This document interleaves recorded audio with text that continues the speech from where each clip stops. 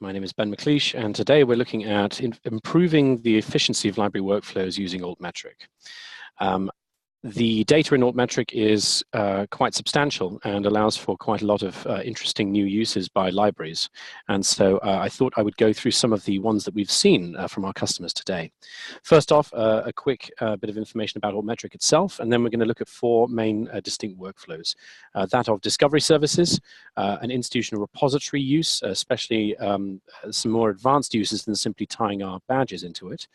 The journal selection and reading recommendations that can be made by researchers themselves or by the library for the researchers, and subscription collection management as well. And then finally, I'm going to have a look very briefly at some of the more advanced visualization options that are available either from us or which our customers can build themselves.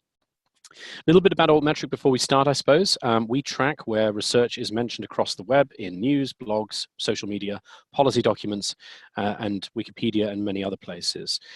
Here's an example actually of the Analysis and Policy Observatory mentioning an item in its PDF documents of its recommendations that we have picked up. These are all presented on each individual article or data set or research publication's homepage. We call it article details page. And that data is also exists within a large database called the Altmetric Explorer, where it can be searched and where discoveries can be made about research that's being talked about. So speaking of discovery, let's go for that first then. The first way in which I suppose that Altmetric allows for interesting discovery of items based on perhaps not just what they're about, but actually what's gaining attention is in the Explorer database itself. So if I zap over to the Altmetric database, we'll be presented with, in my view at least, all research outputs from a particular university, but we are able to go and have a look at anything Altmetric has ever seen before in the entire world. And so I can put myself in that database and I could search for anything. And I've recently been looking at the notion of debunking nonsense arguments or poor data or bad facts, things that are not facts, I suppose, in a modern age, in the age post-truth era, as they call it. And so I can search the entire Altmetric database for anything that has the word debunking in the title. And I can go and see immediately that there are some items that have had fairly high profile coverage. A lot of it in the news, which is this red image here, a lot in blogs, which is the yellow. Social media tends to be the more recognizable Twitter color blue. The dark blue is Facebook. Google Plus is this purple one up here, and that's policy there as well. But I'm not actually interested in perhaps specific topics like climate. I'm actually interested in something that is more commonly talked about in general and with respect to the tribal world that we seem to have now. And so debunking in a world of tribes from 2015, October seems to be the one, at least in title, that would be of interest to me.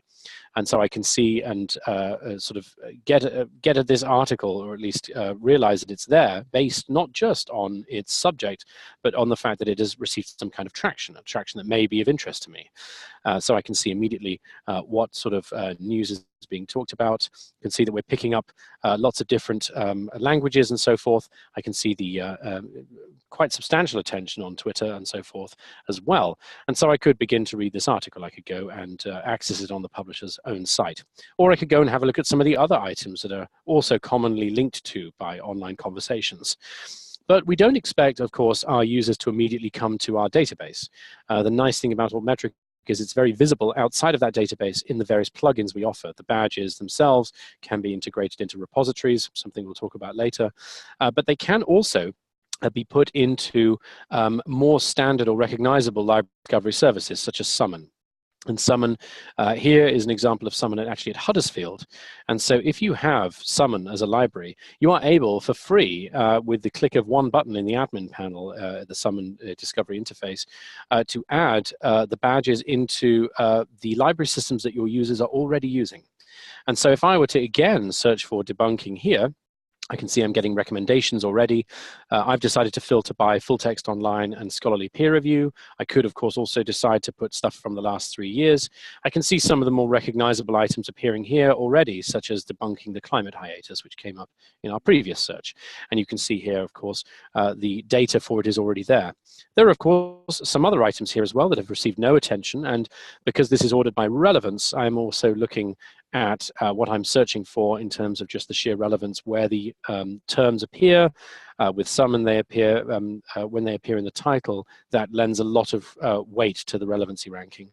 But also, in addition to relevance, I can actually look down here and I can see an augmented list where I can also take into account that there has been some discussions online. And I can zoom down and have a look and see what else is here. Debunking in a World of Tribes once again appears, of course, in a different order this time, of course, because it's being pushed to number 17 by other sorts of information, other sorts of relevance, and so forth. So that is an easy way for your users to gain much more compelling and sort of additional information when it comes to what might be taken into account when I want to choose what I'm reading. It could be that I actually want to avoid the items that have an unnecessary amount of interest online, or it may push me in the direction of wanting to actually read this article because evidently there has been 14 news outlets writing stories. I can go and see those stories and so forth. We offer exactly the same kind of thing for things like Primo, which is also a very common library research discovery system. Again, it's exactly the same sort of plugin. It's available from the Ex Libris library of development plugins that are maintained by the users in the community and by Ex Libris themselves.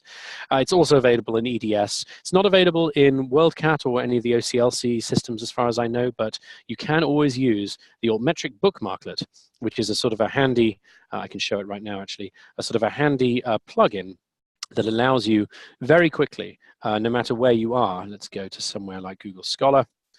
I can go and have a look. I actually did a search for the elephant shark genome. Anything like this, if I'm going to go and have a look at an item itself on the homepage that has a DOI, if I'm unable to get a native plugin for something, I can always go to the Altmetric bookmarklet that you can download from our website, altmetric.com. You'll find the bookmark listed there under Researcher Tools, I believe it is, and I can hit that and immediately get the donut, so to speak, that belongs to this item. So you can get around it in other ways if it's not natively supported by the system. To go back to the slides then quickly. So that is sort of a very good step. These are ready-made solutions that allow for your users to be able to experience their library with our data integrated right into the workflows that they already have, so that we're not trying to educate them away from some of these services that they're already using with great success. Now, when it comes to other library services, some of them I think have aged a little bit. When it comes to an institutional repository, I feel that there is a need for supercharging these much more than they are at the moment. So for example, today's offerings, here's an example from Cornell and from George A. Smathers Libraries. They're good because they do allow for the structured representation of the publishing outputs of that institution, but they have aged when it comes to sort of next level Web 2.0 features. And that's to be expected. They were not designed with that in mind. They were really designed as just a file system for the research, including very handy things like showing when things are open access, because they rely on their users most likely to actually declare whether they are open access or not. And so I thought I would demonstrate an example, probably the most compelling example I've seen, from the London Institute. The long name is the London Institute for the Mathematical Sciences. They're in Mayfair. They're a Dimensions customer of ours and also use our Altmetric badges. And they actually have an Altmetric API as well. And what they have done is really quite compelling. So if you want to go and visit this yourself, you can do lims.ac.uk. At the top, there is papers, and you can click on that. And this is their idea of an institutional repository. So here, once again, I'll give it away. Debunking in a World of Tribes actually does come from the London Institute for Mathematical Sciences, so that's the reason they have them here. And you can see they have got nice metadata. They've got a good graphic that it has been shown really does engage users. So adding graphics is actually a very easy way of engaging users with content. But you can see they actually have up here almost like an update for the one service of ours, Dimensions, and then also for Altmetric, and they have embedded our badges, both for Dimensions, which is citations only, and for Altmetric, which of course is the same data you saw previously. There's the ability to tweet it very quickly. There's a PDF archived here. There's also the archive link, which is where it originally came from in 2015.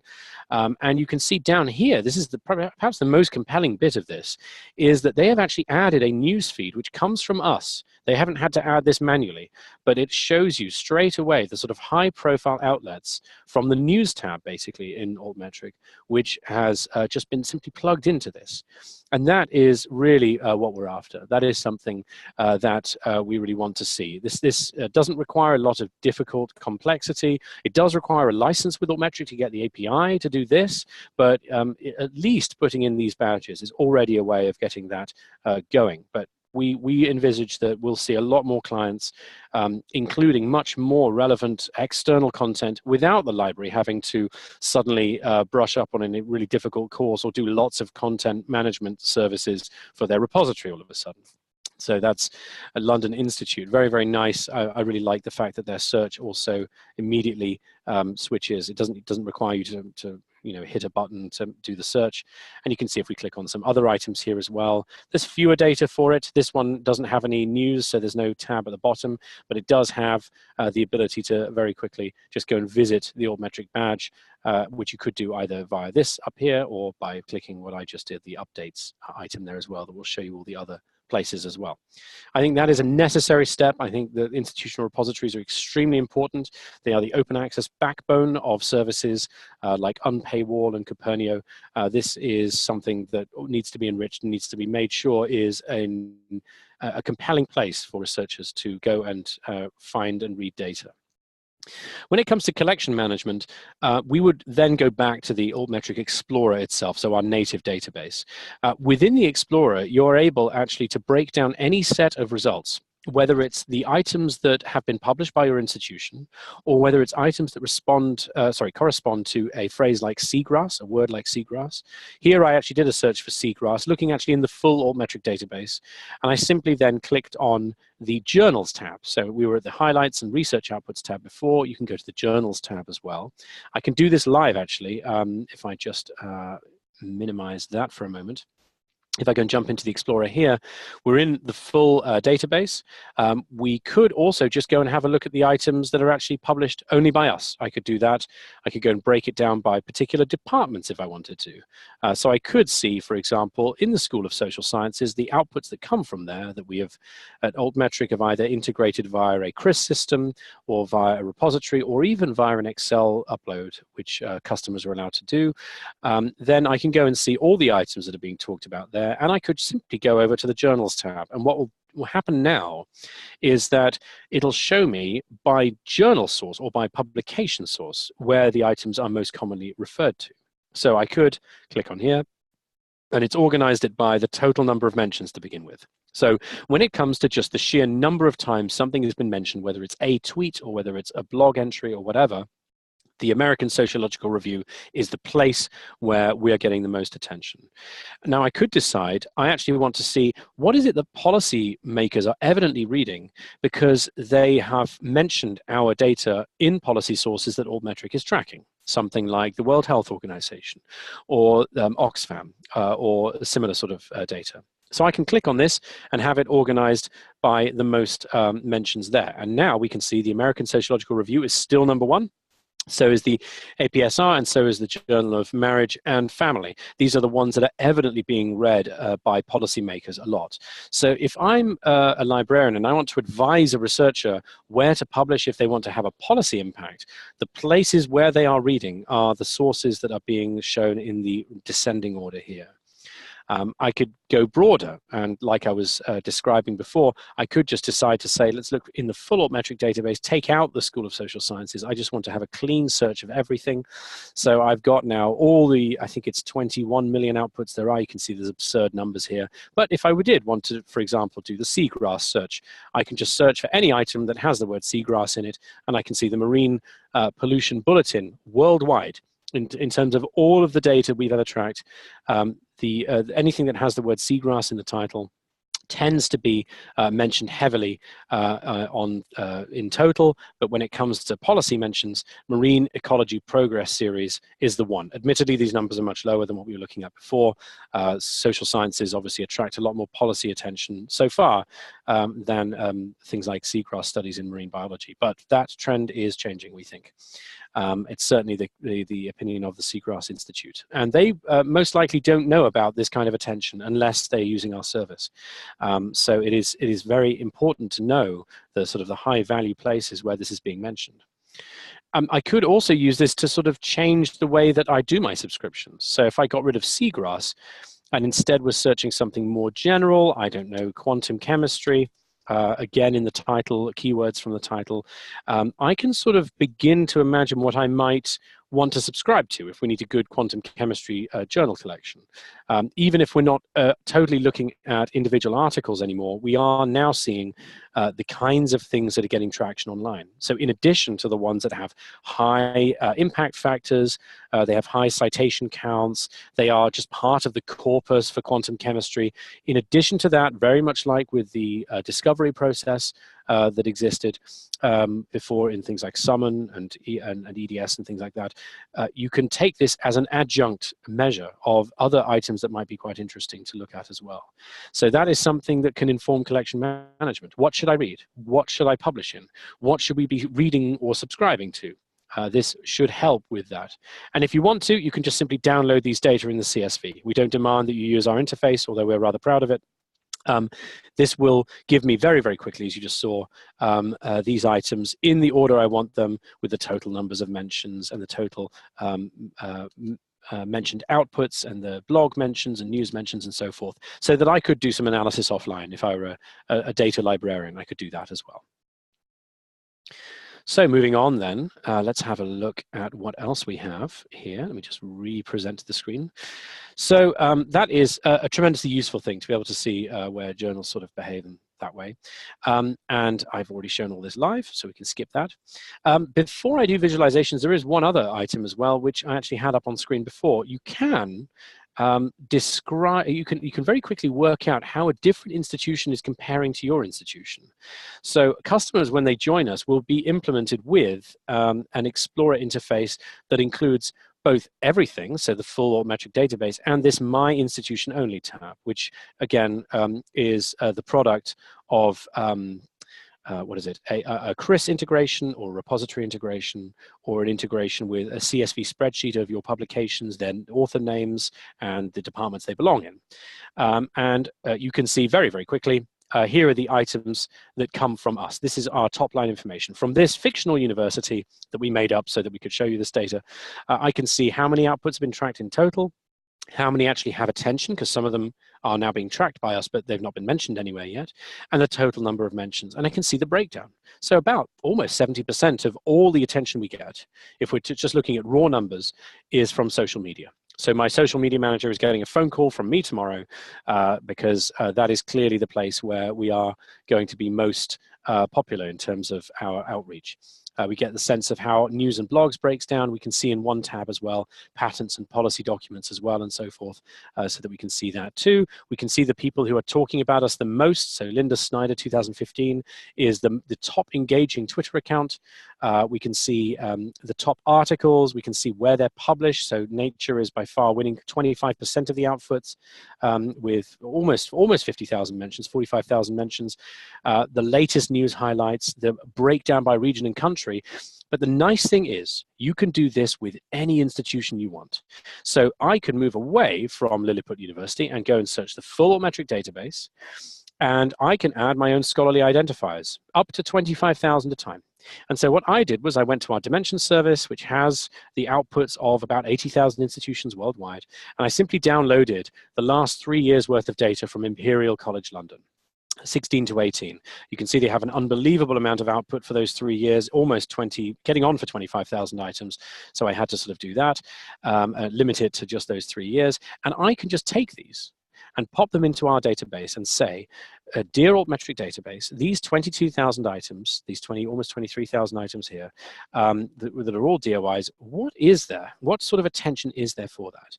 And we can now build an institutional profile of Imperial College based on the last 3 years. You'll notice that it is an immensely high number of data. In fact, they're very, very similar to what we had before. 14,700, 12,700 been mentioned, but they have an unbelievable high number of data. So actually, just looking at the two data sets, okay, they are similarly sized. Admittedly, the other university is smaller, so there are more years of publications. But it shows you that there is a recency power at Imperial, which means that they are getting talked about very quickly and very often. and I can sort of see the breakdown of them. I can see the top news outlets, and Archive is automatically sharing the data as well. The latest highlights, which are most likely from yesterday. Yes, there's one from the 5th. So we can see a very, very quick idea about what's going on. We can even dig into the demographics of the various platforms that are talking about them, whether it's Twitter, whether it's Facebook, news and policy outlets, and so forth. You'll have to forgive my slightly slow connection when it comes to this. This is obviously much quicker normally. What it's trying to do here is build a demographic map. There it is. It's built a demographic map for about 5,000 data points. So it was actually, relatively speaking, quite fast, but I know how it can feel when we're used to instant gratification. We can even see where the policy sources are based that are interacting with the data from Imperial. So I can now benchmark myself with another institution in a way that sometimes that institution cannot in reciprocity, depending on whether they have access to an Altmetrics provider.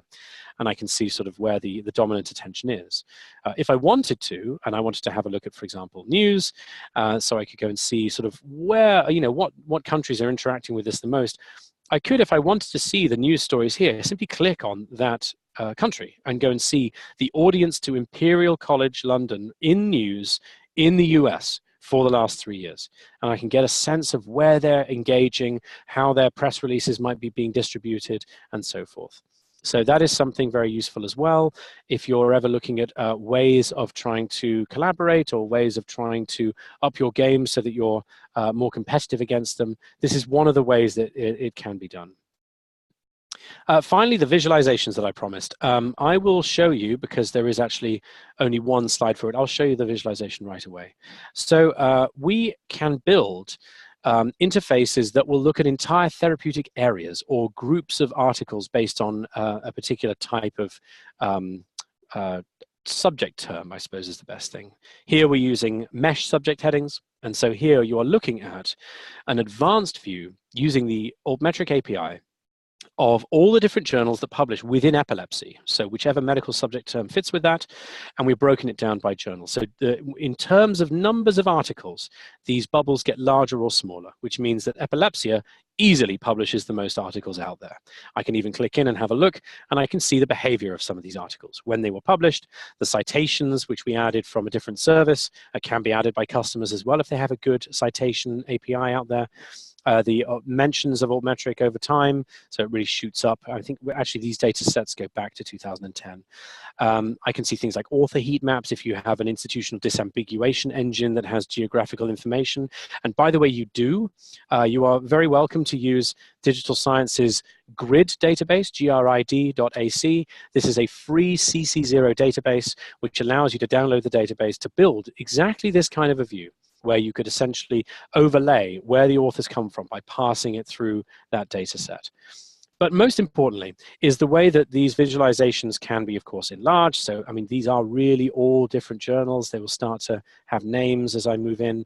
But I could resize this, because it's all very well knowing where epilepsy research is published. But what about in terms of attention? If we were to resize these bubbles by attention instead, and we can do it in a couple of ways.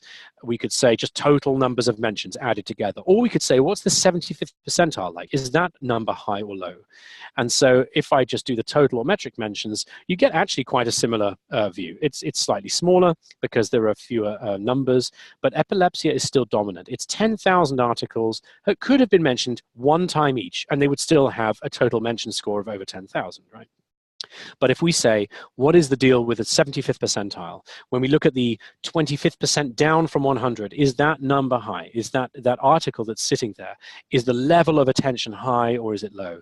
And if we do that, complete changes occur in the interface. And now you suddenly discover that even though epilepsia gets most of the submissions and is probably an extremely important place to publish, when it comes to high-level interest stories, where stories are circulated high, then actually it's genetics. It seems to be the Journal of Genetics with only 18 articles that has a much, much higher Altmetric score at the 75th percentile than epilepsy, for example. And so you can get good insights that are not immediately obvious if you were to look on a journal level or even on an individual articles level about sort of how publishing and impact and attention all behave. And so that is something that we're very pleased with. This is actually out of the box available to customers. It is something that we license, but there is nothing stopping our customers who have API access from building systems that are even more advanced than this. And that, I suppose, is pretty much the end of the presentation. So thank you very much for listening. And we hope to speak to you soon and see you out on the road.